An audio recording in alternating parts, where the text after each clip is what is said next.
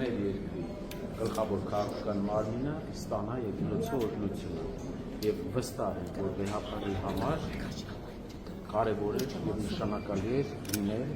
եւ օրհնել ազգային ժողովի նոր 9-րդ գումարումը, ինչպես մեր բոլոր վեհապարների համար։ Պարոն Կարապետյան, այսեք ստացվում է ընդդիմությունը օրհնվել է կաթողիկոսի կողմից, իսկ իշխանությունը որևէ մեկի կողմից չի օրհնված։ Հիմա այդ առումով էլ լեգիտիմ չէ կարծում եք իշխանությունը չստանալով հոգևոր վեհապարի օրհնությունը։ Հետաքրքիր մոտեցում էր, կարելի է մտածել այդ ուղղությամբ աստվածաբանական պրիզմայով։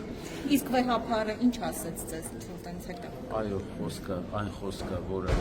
պետք է ասվեր ազգային ժողովում, ասվեց մեզ երեք։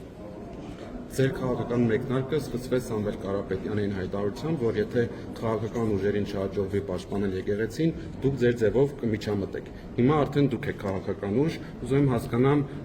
ինչ կոնկրետ քայլերով եք պաշտպանելու եկեղեցին։ Մեր բոլոր ռեսուրսներով,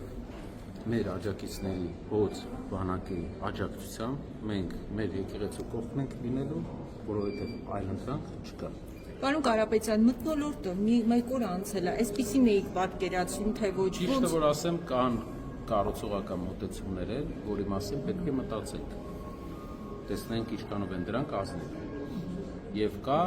մտահոգիչ դեպք նաև, որ մեր կրոնական համոզմունքներին վիրավորող արտահայտություն եղավ, բայց ընդհանուր առմամբ պետք է դեռ աշխատել, որ կարծես։ Պարոն Կարապետյան, երեք Facebook-ում քննադատություն նաև եւս հնչում էր համացանցում ձեր թիմի հետ կապված, որ հարցերի որակային չէր։ Ինչ եք կարծում, այստեղ աշխատելու բան ունեք, թե չէ։ Մենք նոր ենք, պետք է հասկանանք շատ իրավիճակներ, քանի որ մեր ոլորտային բոլորս ամեն մեկս մեր ոլորտի մասնագետն ենք, բայց քաղաքականության մեջ նոր ենք, ինչը չեմ ասում, սովորում եք դեռ։ Չէի ասի, որ բացասական է մեզ նկարագրում։ Քաղաքականության մեջ նոր լինելը ավելի դրական բան է իմ կարծիքով, քան բացասական։ Ինչ վերաբերում է հարցերին, հարցերը ունեն իրենց նպատակը պարզ կլինի հետագայում։